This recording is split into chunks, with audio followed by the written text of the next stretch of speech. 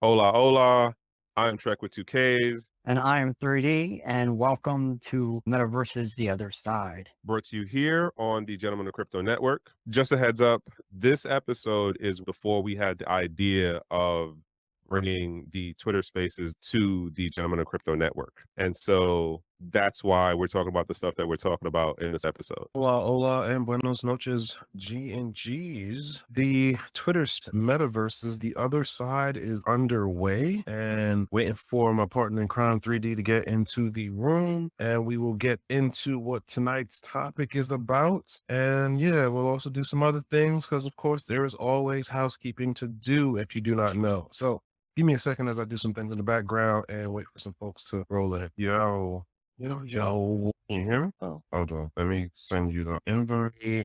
All right, here we go. What up? What up? What's going on? Not much, Roasted. How about you? How about you? Just got through. Well, not just got through, but like X amount of minutes ago with rewatching Johnny Mnemonic. I've been saying it wrong the whole time. I didn't realize it today until I was looking at the title. What up, Bobcat? I'm still What up, Bobcat? What's going on, Bobcat? Sorry to interrupt, man, but you were talking about. Yeah, give me a second. All right, bro. So, we actually officially.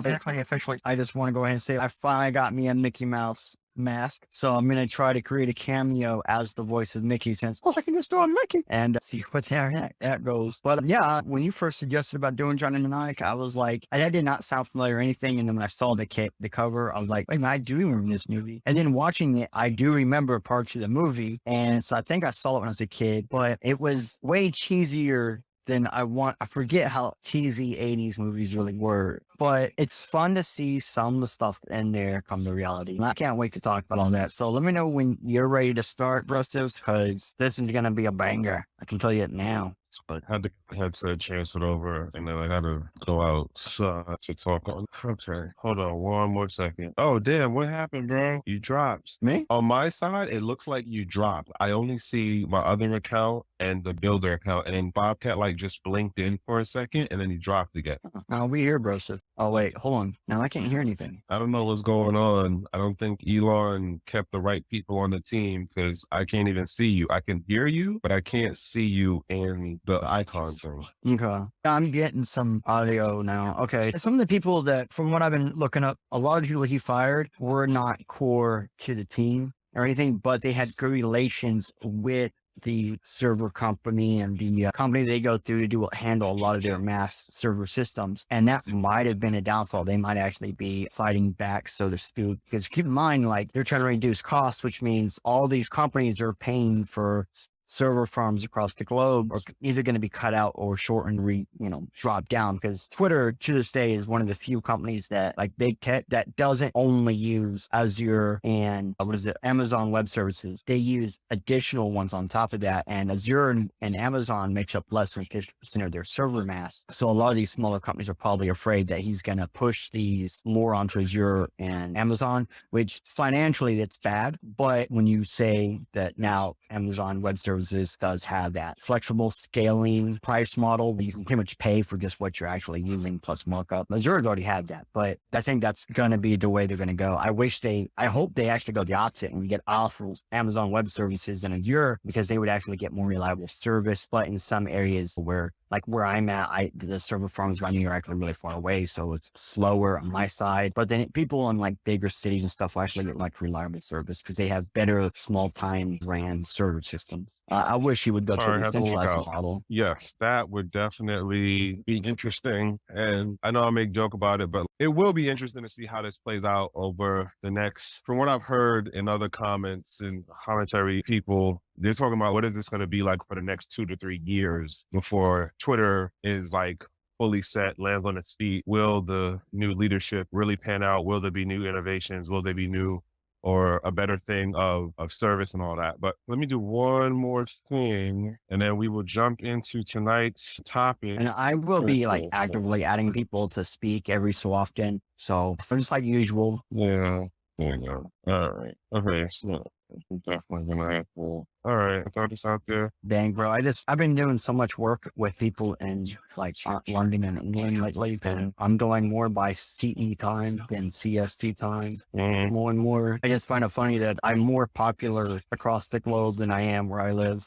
All right. Bam. Okay. All right. All right. So I'm gonna start, bro, because I definitely would like to hear your take on what you thought of in viewing. And like I said, maybe 30, 40 minutes ago, I just finished rewatching it and realized I caught some things. And if I did it again, I would probably catch some more things. So tonight's title is, Did Johnny Mnemonic get the metaverse? And a little bit of backstory on this. I was saying to 3D the other day, hey, how about we start doing a review of like different shows and movies that talk about metaverses and seeing like for where we are right now, what's right, what's wrong, who was really close, who was really far, what made sense, what didn't. And so we were going through movies, and one of the first movies I named was Blade Runner. And I don't know why I jumped and said Blade Runner first. And then 3D went and watched and was like, yeah, that wasn't even like metaverse, bro. That was like humans and androids and robots and stuff. And I was like, you know what? He right though. Why did I say Blade Runner? And I then had, before he did watch the movie, I said Johnny Mnemonic, and it was another thing I had said. And we're also going to include like anime too. So don't think it's just movies and like live people TV shows. There will be anime stuff too. Not saying we're going to cover everything, but we will be getting into some of the different, arguably more notable movies, TV shows, and like anime/cartoon series that deal with metaverses in some capacity. And so Johnny Mnemonic is the first one we jumped on. What did you end up watching it through? So my computer came with a free YouTube movies and TV. And because I had recently bought someone's YouTube account off them, I was actually able to activate it. So that's how I watched it. Basically, I just did a search and was like, hey, where can I watch this at? Because I didn't know anybody who owned it. And I was like, where can I watch this at? And it was the only free option. And I know it's technically so much per month, but it's the only one where you don't have to pay something up front. Like, even if I think it was like Amazon, you still have to pay something up front or whatever. I was just like, the fuck. And so I just activated it and watched it. I'm going to take advantage of it and try to watch a few other things I can't really see other places. Bro, I got to send you a link then, bro. Because like me and paying for movies right now, and sometimes I even kick myself in relation to Netflix and stuff. And it's only a few things that I even watch on Netflix. But for the most part, like, I got a site or two. I got to send you the links on those after this stuff. Because normally if I have 2 weeks or more to watch something, I'll just find it on a torrent and download it and then watch it. Okay. That's normally what I do. I don't stream anything. I only make about $1,000 a year. I can't afford 10% to streaming or something like that. That's just ridiculous. I have been trying to push my wife to doing a podcast where we could try to pay for those services. She likes the streaming videos and movies. But to the actual topic. So when I was watching this, it was like, hey, I like the fact that they have the guy from Red Hot Chili Peppers. They have, what was that? Not Ice-T, but the other rapper guy, really good rapper too. What is Ice-T? Yeah, it might be Ice-T. In here, there was more not movies, but audio stars in this film. And I think that's important because to this day, right now, audio stars are sometimes bigger than movie stars and for the same style of stuff, action or whatever. Now, if we go down to the actual metaverse, so there's only probably less than a third of the film, I mean, even less than a fifth of the film has any form of metaversal scenario, but their internet is a metaverse internet where they don't have to use the same browser. They don't have browsers. All their browsers are so internally integrated into systems, the chips, the devices. Of course, it's the 80s. So they do all the things where everything has to be built up, but that shows modularization, which is something that is becoming bigger and bigger in electronics. And their internet is no code modularized as well. So all the things that you can use comes from a physical device, which is something we're starting to see. More passwords are being put into physical devices instead of it being software where you have to plug like the keys, 2FA keys and stuff like that. So we are seeing that. And the way his metaverse worked, it was a 3-dimensional metaverse or internet. And it basically was one company maintained a big portion of this thing. And we started seeing that at the beginning of the metaverse craze where, like Facebook or the company that actually runs the central land and stuff like that, like those big companies were maintaining things, right? And so he's actually hacking something. One of the things that he does is he collapses one of the machines really hard And there could have been like a physical switch inside the machine that he just basically force switched. But the actual point that there's everything you need is there. It's just a matter of, do you add it on? Do you use it? Do you take utility with it? And that was the huge difference. I think that's huge because in metaverses, in internet nowadays, that's what we're at. We're at a point where you can do all this stuff, no code. We're at a point where it's just a matter of, do you utilize what's available or not? Nothing's too extremely extravagant or anything, but that's pretty much. Hey, what's going on, 3D? All right, so let me put some context into the frame of this movie. Johnny Mnemonic comes out in 1995. It is a cypherpunk classic movie where there is a person who is an information carrier, and they carry information in their brain using a technology upgrade. And so the storyline of this is he ends up having information that could be world changing because there is a disease that is starting to ravage the human population, that scientists from a particular company, they ended up defecting to bring the technology and the information to the masses, but the company did not want it to go to the public because they still wanted to make money off of it. And they had the cure for this thing, and I forgot the name for the guy's character who his daughter ended up dying off of it. And then, they also touch on the whole thing about Ghost in the Shell, and they also touch on digital citizenship as having your human consciousness downloaded into a neural network. Like this go around, there were definitely a number of things that I caught that I did not catch before. When I initially watched this and I was telling you about it, and I was telling you what was cracking me up was he had the implant that gave him 60 gigabytes of data storage in his brain. He doubled out to 120. The information he had was 340 or 320 gigabytes, which was the research and all of the trial cases. And I'm doing mad spoiler alerts in this. I forgot to say that. I'm doing mad spoiler alerts. If you have not watched Johnny Mnemonic, a lot of spoilers. And I think about this and I laugh and I'm like, I literally went into, what's the name of the place, center last month, and I got a half a terabyte micro SD card for $54. The 2 terabyte joint is under $100. Yeah, I was about to say they have like multi-terabyte SDs. And this is like, again, this movie came out in 1995, so that means they probably made it in either 93 or 94.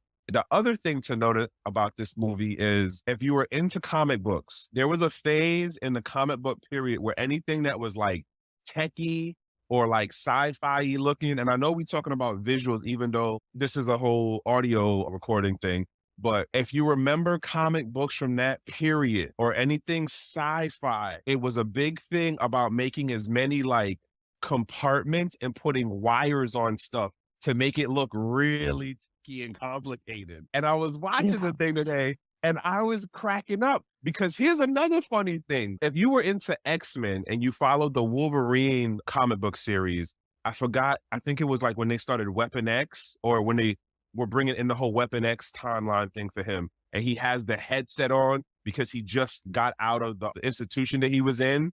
It was a whole thing of the headset and it had the different wires and everything on there. Then, so I thought about that. That made me also think of the book Snow Crash. Was it Snow Crash or Neuromancer? Snow Crash. It's Snow Crash, where I forgot the name for the artist who did the cover for the book, but it's the guy who has on the goggles and he has the cigarette and it's his depiction of the main character in the book. It's one of the avatars that I not avatar, but a PFP that I messed around with and added my face into the picture. If you ever look at my PFP on my regular account, you'll see what I'm talking about where it says the Trek with 2Ks. That's the character, but he doesn't have the actual green face in the original artwork.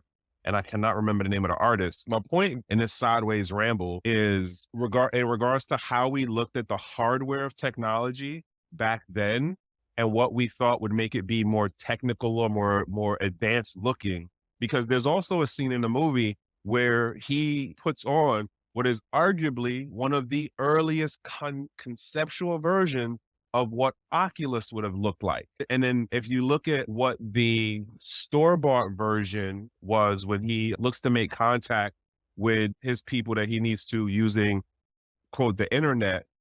And then if you look at the system the headset that was then used in order to be able to hack his brain, aesthetically, it is two different concepts of design. The one he used in the store had one wire on it, and then he had it wasn't haptic gloves. It was these other kind of gloves that mimicked for like finger movement. Power gloves. The power gloves, thank you.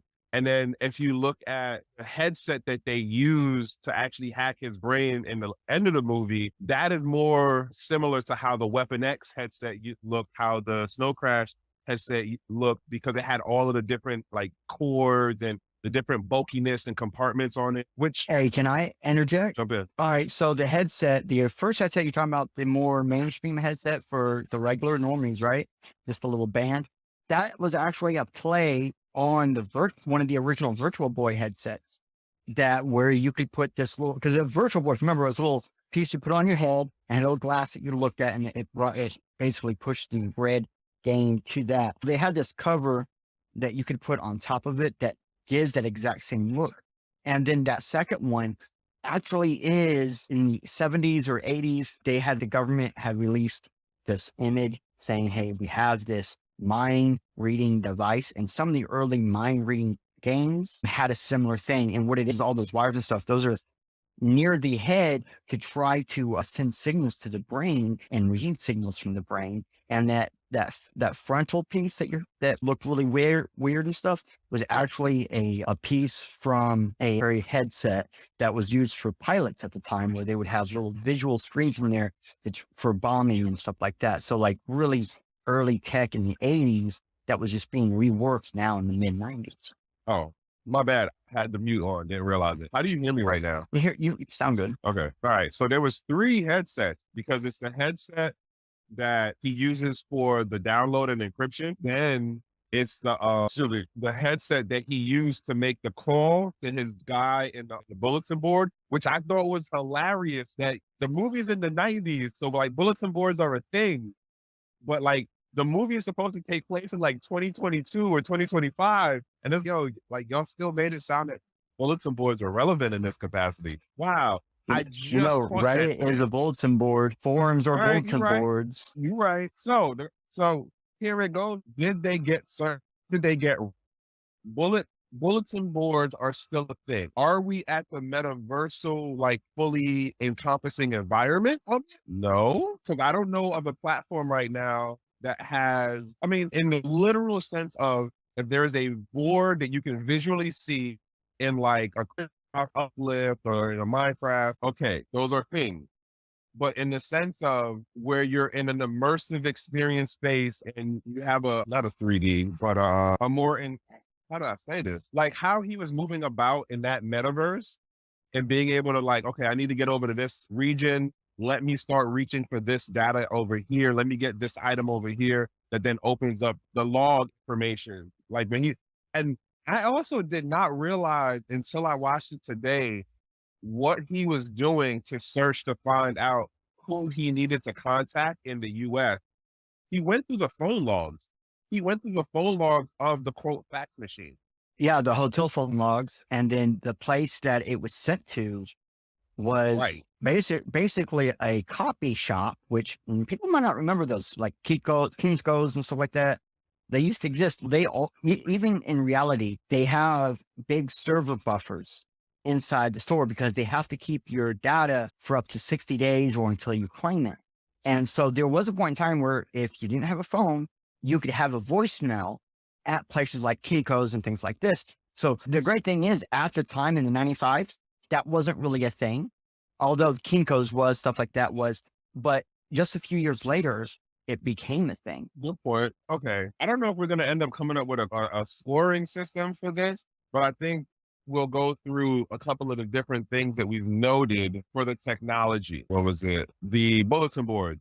Bulletin boards are still a thing, but are they fully encompassing environments like what he did? Do you move through digital spaces like how it showed in Johnny Mnemonic?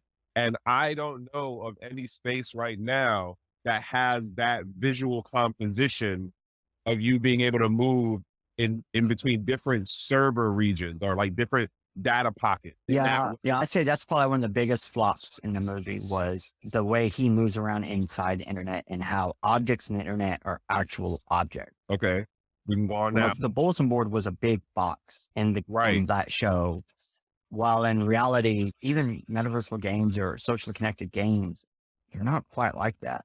That's the closest you get to something being like that, like Second Life or Uplift or Land or something. That's the closest you're going to get to something like that. But then, yeah, that's the only time you can say, okay, yeah, it's almost exactly like that. You move around in the digital space, objects are actual objects, and you can do stuff like have voice chats with people. That's about it. And okay, so then let's get into the hardware thing. Other thing to note is that, okay, this is one of the other things I thought was interesting, even though they didn't touch on it heavily, that was that there was still here's the mainstream side of what everybody's on. And then Hey, Russell. Bobcat. What's going on, Bobcat? Okay. Not much, man. Interject real quick. I was going to ask if y'all played around in NEOS at all. Played on what? If y'all had played around in NEOS VR at all. I don't know that one. Yeah, I don't have VR. You can do it from desktop, but anyway. Wait, VR that's on Oculus? Yeah, you can do it through Oculus or through desktop. But yeah, check out VOS VR or NEOS VR. Sorry. Okay, I had to look into that one because I don't know if I'm making the connection to the right thing that you're saying. I'll be a link. I'll send you a link. Neos.com, N-O-E-S or Neos.com. Hey, they're actually considered a metaverse right now. Yeah, it's NEOS VR. Yeah. And Okay. I do see what you're saying, like they have the 3D information. I love it when VR places have a flat panel set up. Yeah, I mean, the our guys are really versed. In fact, we're going to be doing a build for the crypto mindset reset NEOS. We're going to build some stuff in Blender and then bring it into NEOS. Very cool. Yeah, man. I forgot my other point that I was making just now. It's something about hardware. No, it wasn't about hardware. That there was mainstream and then there was still the low tech. And granted, I don't know if it's only because I'm a little bit more aware now. I realized that they didn't actually break down X amount of what the low techs like did or how they used their tech or what the tech actually consisted of. But one of the things I did know what they showed, but they didn't say it as this, was mesh networks for the internet. And they weren't just using mesh stuff. They were using government based. And also on that like backward hacking, what is it? Reverse engineering it to get it to work for what they wanted it to do. But I thought that was interesting too, even though it wasn't like really expounded upon as far as like how you could get the mesh network to go, as well as getting, because the other thing I didn't realize today in watching it was he was in Beijing, or was it Singapore? Beijing. He was in Beijing and they jumped in on the there. Mind you, where they operated out of was in Newark, in Jersey. I never caught that on the first go around. Not the first watch, but the second time I watched it. I never caught that until today. And I was like, oh, it was really like hacking in on it. Okay. So now, I did like how like they did say that they took stuff that was already on screen, jumbled it up with other stuff that they had recorded, and then spit it out. Almost like they have an algorithm to do all that. Okay, so did you notice that there's, aside from the thing of when they set the virus out in the storyboard scene, there's not really any talk of code like that. Exactly. Like all this talking of what could be considered code or whatever, it's almost in a no code situation, or they just have the software to do this stuff. And that's what I'm saying. As far as like the technical low level stuff, there's not really any depth to it. It's just, hey, we have things, we figured out how some stuff work. We know how to do some other funky, tricky things. And then, okay. The other day we were talking about something about you were doing one of your live streams about how fingerprinting can be used as a way to trace a person's like computer, home laptop setup, whatever. And your screen size is one of the things that could be used. The scene where when he was making the phone call and then the other guy was trying to trace where he was. And then he was like, yeah, he's using the blah, blah, blah series, this and this shadow. He's in this in this building and this in this room. And I was just like, wow, Yeah, they We're fingerprinted the there. devices he had connected. I was like you hit it. Definitely that. We're there. Like, how are you playing on the game? I'm using this laptop. How are you playing on, what is that? Minecraft. Are you using the phone? Are you using a Twitch? Are you using the Xbox? Like, the fingerprinting part of it is definitely there. Yeah, so believe it or not, Like- there are some browsers that if it can't tell how big your screen is, it will drop everything down to a very small specific size in case you're on a cell phone. So like systems need this. They always have a reason for everything. And I noticed that as well in the movie. They don't just have stuff to have stuff. Everything had a little reason to it. It wasn't, oh, I need the modem, that specific modem, just because. No, he wanted that specific modem because it could anonymate him into the system. He wanted those certain type of gloves because then he could do, like you saw how he was doing like the hand gestures and stuff. So yeah, to open areas. Yeah. yeah. And so all that little bull crap we're seeing that we do see in real life. And again, the biggest flop I think this movie had was just how he was moving around in the internet, which we're going to call their metaversal internet. And which means that quite a bit of the tech side of this was on fucking point. I was just about to say, damn, what was the thing? It's hardware. Oh, sorry. I got to say, I should have did this like 8 minutes ago. Housekeeping. Couple of things to note. One, this is our Build-A-DAO account, which is our first attempt at making basically a builders guild.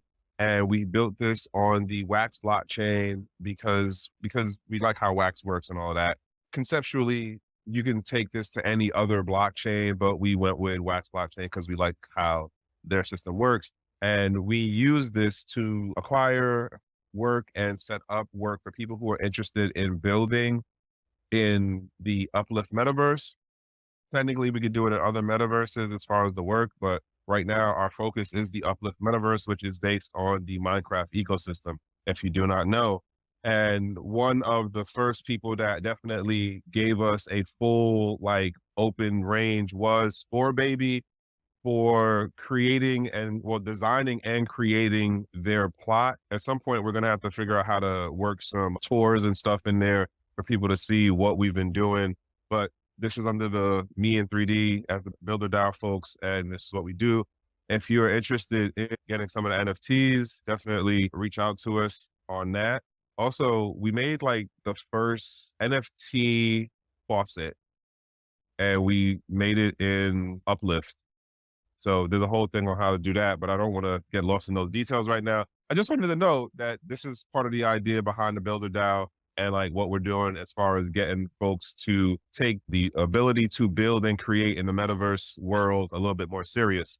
Other thing to note is later on this month, which is I believe the 15th and the 14th, I might be wrong on the dates, but we are speaking at the Crypto Mindset Reset, and that's going on later this month. Shout out to them because they also sponsored us on putting together our first Metaverse Hackathon. And in the Metaverse Hackathon, what we're basically doing is having 2 challenges, and we're giving people the opportunity to win $25 worth, let me say that with a capital W, worth of BTC, right? And it's 2 challenges. The first challenge is the meta caching challenge, and the second challenge is the capture the data challenge. Both of these are separate challenges onto themselves that are part of our bigger thing of the Metaverse Hackathon.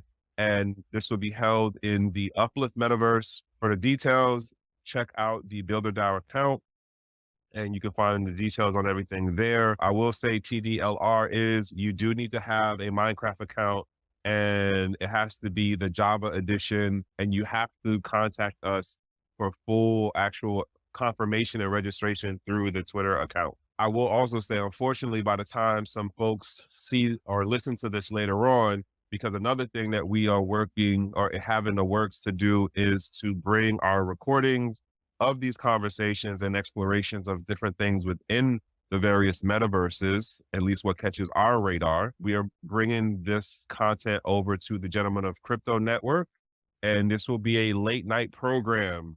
Obviously, as you hear, me and 3D kind of geek out on these things.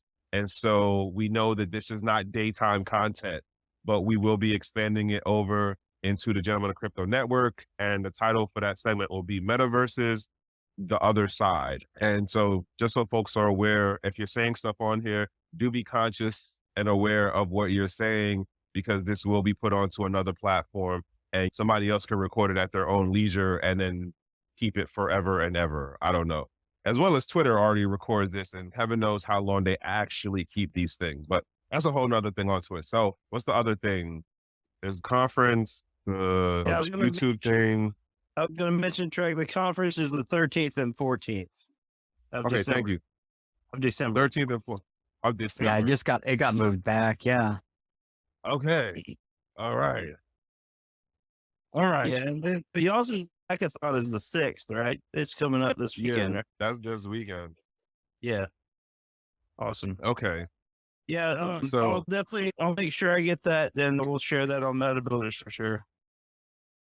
Thanks, Progressive. Like, thank you. this is one of the first hackathons where people are submitting information as, hey, I want to do this, as well as I've completed this publicly on a public forum at i.e. Twitter. This is the first time this has been done. And this is one of the first hackathons where you're not building something, you're actually performing some form of hackery or obfuscation of actual use without messing with the server. So basically the two hacks that we put up, they can both be performed without attacking the server directly, the uplift servers, but you cannot just directly do stuff because metaverses have permissions. And this is the first two, what we're proposing are two ways you can actually get around permissions in a metaverse. And we're hoping to be able to figure out how to use this technique in other metaverses, but we're just trying to get people to open their mind up a little bit. I just want to add that in because I think that's really the best part about this metaverse hackathon.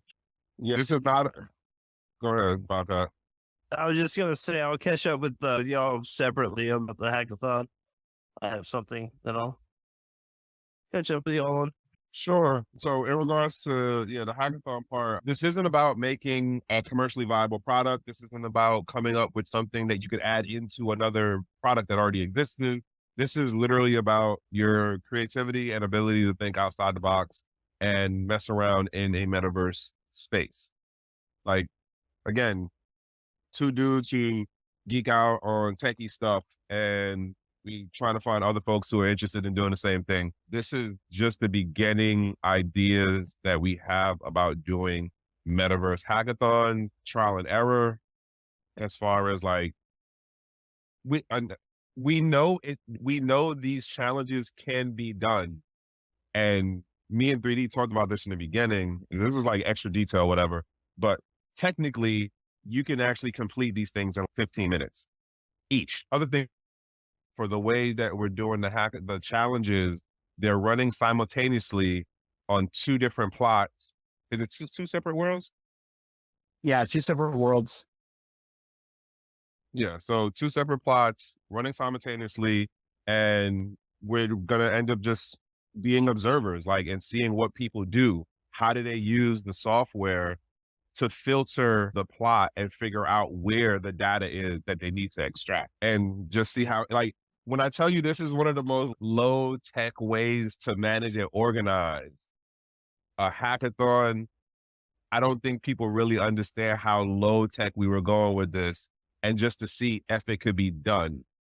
And if this can be done this way, even if we just get like a minimum of 2 people as a proof of concept and execution, that right there, at least for how we're looking at it, means that it can be done, and then we can scale it, and then we can bring it to other people, other platforms, and we can bring it to other projects or companies related to the space and be like, hey, help us raise a bigger pot to get more people interested in. Because obviously $25 worth of Bitcoin ain't Lambo money. You get some Bitcoin. And how many events right now are actually giving away $25 worth of Bitcoin? Even the exchanges right now are giving you like $5 or $10, or they'll do some dumb shit. Here's X amount off of your transaction or something like that. Just saying. That's just me. Anywho, you got something you want to jump in on, 3D? Oh, I was going to say that right before Bitcoin was at the 20,000 mark last time, if you had $25 worth of Bitcoin And you just held on to that for about 8 months. Then Bitcoin hit that $55,000 mark. Just think about it. That $25 very quickly became damn near $100 just by you not touching it. And the further way we're doing this, $25 in a public form in Bitcoin to people, that's not bad at all. But I do think that anyone who figures out how to do this, that's never thought about doing this, it's going to open their mind up to what more they can. Other thing to know, we provide X amount of the answers on how to do this stuff. If you look through some of my tweets on here, as well as on my account, my main account, and even in the directions, we tell you one of the softwares that you can use, and you can definitely Google it and go it. Or sorry, go. We don't do that anymore. You can Brave it and you can YouTube it and learn how to use that software in order to achieve the goal of extracting the data in that metaverse. So, Believe it yeah. or not, I learned how to do it here on Twitter. Oh, wow. See, there you have it. Like, Research. there you go. Yeah. Research it. Hey, what's going on? So yeah, just had to get through X amount of that housekeeping, and I will close out with housekeeping, but jumping back on this whole thing of the movie Johnny Mnemonic and how close versus how far was it in relation to metaverse, internet connection there, and like where we are now with stuff. We touched on a couple of things in regards to looking at the headsets, which was hardware, the gloves, the idea behind data storage. Yo, there's a line in the movie when he said this, I was like, wow, I didn't realize how totally out of place that line is in the movie for what he's telling him to do. All right, again, the scene where they're tracing him to that shop that he's in. The guy with the thumbnail, the thumb that like he uses to electric wire him. I forgot the guy's name. The villain. He says to him, lower the bandwidth. And I caught the line today and I was like, that don't even mean nothing. Y'all just put some technical. I'm gonna throw in here, bro. So if you lower the bandwidth, because they knew he was somewhere in the town they were in. So they were telling the guy to lower bandwidth in areas so that way the mesh networking couldn't cross communicate. So they could try to figure out where his signal is coming from. It's something we see on Tor when you're trying to get in Tor. You want to put more people in the node system. So that way each node can you look at a lower amount of bandwidth so it can scan it faster.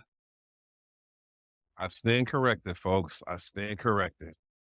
And this is why I say my partner in crime here, he's a true, I don't want to say degen, but I did get arrested for non-criminal hacking when I was a kid. Nonetheless, I stand corrected, folks. But I heard the line and I was like, wait, what? That doesn't even make sense. And then the other thing that I thought was funny was the scene where they first go to that hospital and the machines that he hooked them up to. I know one of them, I forgot what it's called, but it does audio. One of them did something related to audio. But nonetheless. Yeah, you know those things that they use on women when they're pregnant? I forget what they're called, sono or something or whatever. It's almost like he was hooked up to something like that combined with an MRI or a CRT or something like that. Man. Ultrasound. Thank you. Oh, sorry. We're talking about Johnny Mnemonic. Really? Yeah, I don't watch movies, man. I watch YouTube. Yeah, It's on YouTube now, bro. You'll have to share it in my DM. I gotta try to find the link, but yeah, there's a streaming thing that I go to for X amount of the stuff that I look into, or at least movie wise. But what did I see today? I lost the thought that fast. He came in on the end.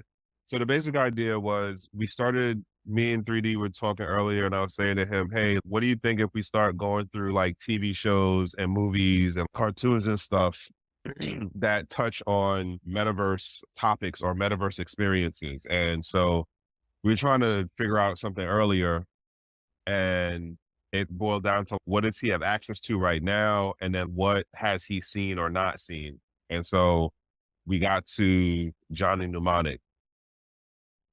You guys should really check out that guy I recommended and reach out to him and see if you can talk to him, man. Brett Leonard, the guy who was the producer of the Lawnmower Man. Oh, we're Yeah, gonna yeah. do Lawnmower Lawnmower Man Man. 2 is on our list. Yeah, so Yeah. that guy's Brett Leonard. I shared it with you last time. You could probably reach out to him. He actually speaks about the whole metaverse too with VR on, I think, one of the videos I sent. Yeah, I was watching that one last time. I want to get to a point where we'll start actually talking officially with people, but I don't know how that's going to work just yet until we like see how we get the participation part up. Because I don't know how he is. I don't know anything about the guy other than he did the movie, but there's how people are about like, what does your following look like? Or what are your numbers? And blah, blah, blah, blah, blah. So I do want to get to a point where we start like talking with folks. But right now I was trying to run through, let's tap on some of the shows or movies that are known and see who got what, who was close or whatever. And like I said, Johnny Mnemonics just happened to be the one that we ran with today, but we did talk about Lawnmower Man 2. I actually got to find that on the thing and watch that before next week so we can run through that one. Hell yeah. And as far as like approaching people, I would always go with the attitude as the squeaky wheel gets lubricated. You know what I mean? Okay. Squeaky wheel gets lubricated. Yeah. So the more you ask somebody, they kind of, okay, they patch it with some lube, they'll accept it. Is he on Twitter? Yeah. Brett Leonard. Yeah. Okay. Yeah. So I would hate to try to bring someone like him into one of these and then we have 0 people show up that day. Oh, You know, that'd be the credit part. that's why you get a list of stuff that you want to ask and talk about, and then hit them up with that. Be like, here's the list we want to talk about. Will you be willing to your aspects on the facts since you're an expert? All right. That's actually a good point. Yeah. That'd be cool. You never know, man. Sometimes these big people come and go on little shows too. That is true. That is true. I can't remember the guy's name, but one of my idols I met because he came to my small town in Oklahoma because we have a casino and he just came and I was like able to meet him and stuff. And it's crazy. So you're right. Sometimes big people go to small places. Yeah. Yep. Speaking of a track, are you going to Miami? For that art bezel. Yeah. Like, one of those things has happened. I was literally in Miami like 2 days ago. Hey, yeah, I'm still in Florida, but I'm not on that side. I don't know because Well, where that's are you this at? month or is that December? I'm in Pensacola. Pensacola yo, we'll talk offline on that one. Okay. Fair enough. So what was I gonna say? Is our bezel next month or is it this month? It's, I think, the beginning of December. I don't know. Okay, I don't know. We'll see. I'm not 100% certain. Yeah, I honestly am not 100% certain right now. But I'll talk with you offline on that one. Cause, Yeah, fair enough. but yeah, damn. Ran in so many different directions just now. Movies, TV shows. We were supposed centers to around- rate how close Johnny Mnemonic was to reality of right now in terms of like metaverse and technology. So what's yours, bro? All right. So I got a rating right. system you're going to love. Okay. 0 to 1, Okay. 0 being nowhere near, 1 being Uh-huh. on point. Do we say it in different categories then? Technology, user experience or user interface, or technology is for the user interface. So hardware is user interface. We could go by UX, hardware, and then in form of actual visualizations or whatever, like the stuff that we saw in there, does it computate to what we actually see here? So I Right. think those 4 categories should cover everything. Okay. You know what I was wondering too? Is there a director's cut of Johnny Mnemonic? I didn't find one, but there probably is. Yeah, that would be a little bit more homework. Okay, so let me hear the categories and I'll throw some 1s and 0s. That's funny. So yeah. So UI, UX, those are 2 separate ones. And then hardware, and then like actually experiencing with inside the stuff, the actual experience. For hardware, then I would say that's a 1 because we have haptic suits now. Granted, Mhm. cost of them shits is a lot, but we have haptic suits now. And then they have that treadmill joint where you can do the whole like moving in different directions. And Yeah, I've seen a couple Omni-Meals. different versions of that. Yeah. So I would say then that's a 1 for Like a hardware.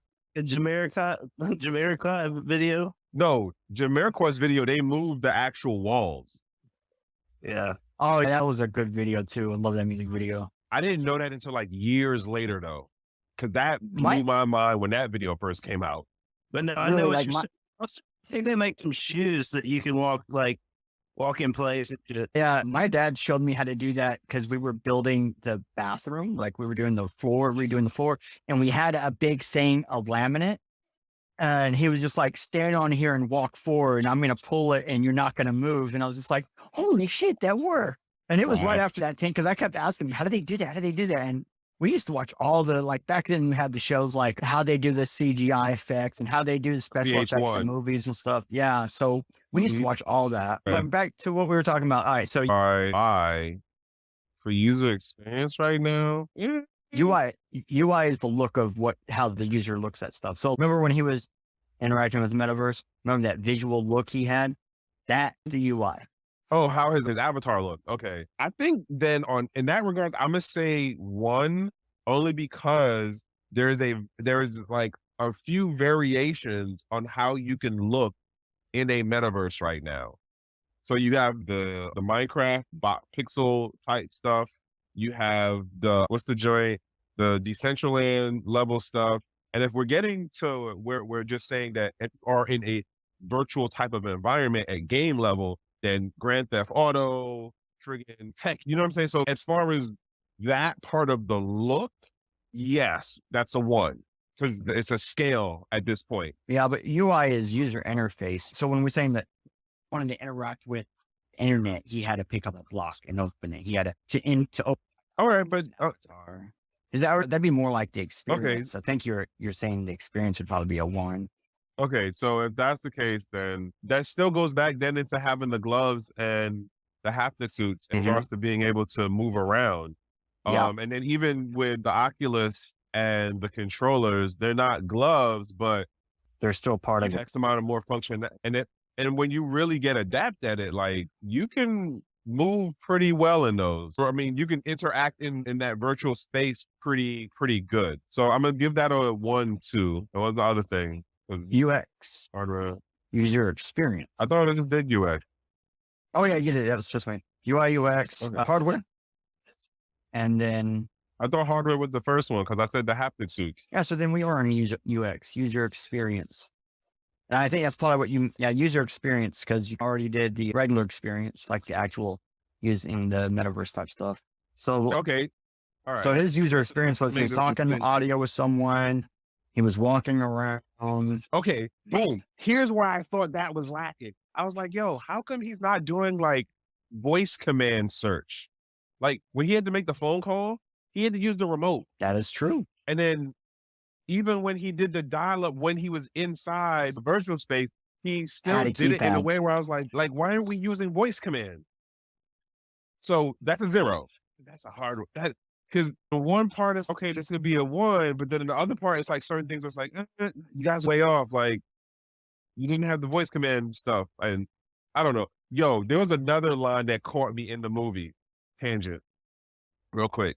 So when J-Bone does the last transmission, he goes, hey, folks, get your VCRs ready. We about to do a blah, blah, blah. And I was like, hold on, wait, what? Did he just say get your VCRs ready? Didn't y'all just show micro CDs? Yeah. But back then, regular people couldn't record to micro disc or even most CDs. Like, I remember when my grandpa got a CD burner because of the military, everybody I knew who were techie, they were like, what the fuck's a CD burner? And even back then, I used to record Dragon Ball's TV automatically with the VCR. And that, like I said, that's 95. Welcome MP to the space. She just bought her first Bitcoin yesterday. And now she's on here listening to you guys. I don't know what's going on my side. I can't see her.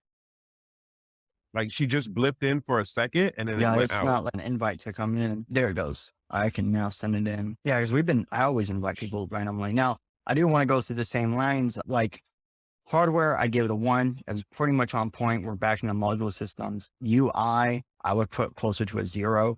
So I didn't feel like it is as it is now, but it getting there. And then UX, I also would put that at a 0, same reason. And then actual experience, I would put to a 1 because we are actually in that range of finally being able to walk around inside digital spaces.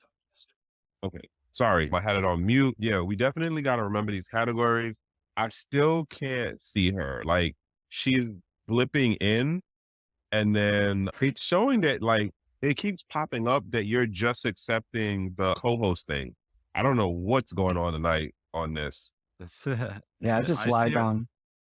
Yeah, because I got MP and TK all day, both invited to chat if they can. So Yes, she's off Twitter too. she's what? If you want to jump up and say something like, we geeked out enough. Everybody else want to throw in on this movie. Did they like it? Did they not like it? Have they seen it? AC? I'm not a movie man. Sorry, guys. I'll be more prepared next time. Which is hilarious because you was the first person telling me stuff about Hollywood things coming down the pipe. Yeah, bro, but I knew the people in Hollywood. I don't fucking watch the movies. Yeah, that's true. But no, but just for a fair shot, I think next week are we doing Lawnmower Man 2? We're doing Lawnmower Man 2. Yeah. yeah. So, bro, you're going to be totally ready for that one because, that's one you might actually want to watch or you've probably already seen parts of. I'll watch it and I'm going to speak up or I'm going to reach out to Brett Leonard myself and see if maybe he might be interested in talking and then I can refer you guys to him. Thank you, bro. So I appreciate that. Now, I also want to pick the brain of the guy with the 2D to 3D no glasses. What's funny is you got to yeah. get the first guy that did that because there's already like 8 different versions now. I would love to pick the brain of the person who actually made the original Virtual Boy because that was the first VR as in it's a VR with AR game system. My sister had one, the headset, and my brother had one that was a physical device and it had a screen pull out that you could pull out that actually gave it depth into the game. And it was like some of the graphics was on the front screen and some of the graphics was on a back screen mirrored up. So it was insane. Both of them were cool as fuck. Like the one with the little thing, the little power meters on Dragon Ball. What I liked about that was it was just pushing red light to the screen. So when you walked around and stuff, the actual real world was the background of your fighter game. Because that was the only game it was at the time. The very first one was only one game where it was basically like Mortal Kombat with little stick figures. But it gave you a real world background. Sorry, I was jumping on the other side in another app or something. Damn. I didn't have that. Well, shit, I didn't really have games like that. I had Nintendo, but Virtual Boy was cheaper than cheap. It was like super cheap. That's the only reason why we had one. Now, I know a lot of people don't know about it just because it's like from the early 90s. oh, bro, now I'm gonna go look. Yeah, bro, you're gonna be like, oh, damn. God, I'm totally ready for the next one. Lawnmower Man 2, Lawnmower Man 2 is some of my favorite movies. My actual favorite movie is Event Horizon, but it's another one of those ones I think it's like really close to reality, just like this one was. Okay, funny thing, that was actually made by Nintendo, and that came out in '95. So by 95, yeah, I just looked. Oh, awesome. 95, life was doing something very different for me, and I was not on video games anymore. I was being rushed to be an adult. So video games were not on my radar. Yeah, I was in a very different place in life at that point. But I vaguely remember the system, like just what you know what that reminds me of? Do you remember what was the name of that laser tag system? And I cannot remember the name of it right now, but that's what it reminds me of when I look at it. Like the one where you had that little desk thing and then you have your gun. Yeah. Yeah. There was even a cartoon that they made off of that. I wonder Yeah. if the cartoon was actually made off of this then. I honestly thought the cartoon was to sell the actual things. I think it was made by Penn. Back then, a lot of cartoons were actually made to sell some kind of product, just like how in the late 80s, Right. it was the same thing there. TK all day, I have sent the approval, like I've pushed the approval button like 20 times. It's still not letting it go through. I'm sorry, bro. We're trying to get you. Oh, let me try on my side if I can Wait, is it MP? That's that lady U5 was talking about. But TK All Day has actually put in requests to speak. And I've also sent in like the multiples, like something's wrong with the system. It's not letting me. Wait, spell it for me, TK. I'm gonna try to TK what? All Day. TK underscore all underscore day. Now he's in the chat thing. I'm surprised you can't see him either. I guess since you haven't seen people, probably not so much surprised. Yeah, I can't even get him to show up on the search. Yeah, I don't know, man. And just Like, dropped out. I literally host 2 different things. And when I tell you I have an issue damn near every time I have some type of issue with on the Twitter space. And I've done it with different phones. That's the part that irks me. Well, it I'm don't like, have all right, anything to can't do steal with my our. thing. Yeah, it's nothing to do on our devices. It's because Twitter uses a modge podge of different server groups. So trying to get those various different server groups to work together, it's a bit of work. All right, I don't know what's going on. So we have just gone at the 2117 timeline. Usually we run these for just an hour. And unfortunately, with how technology is working right now, that we can't get the other folks in. I don't want to badger the rest of y'all time.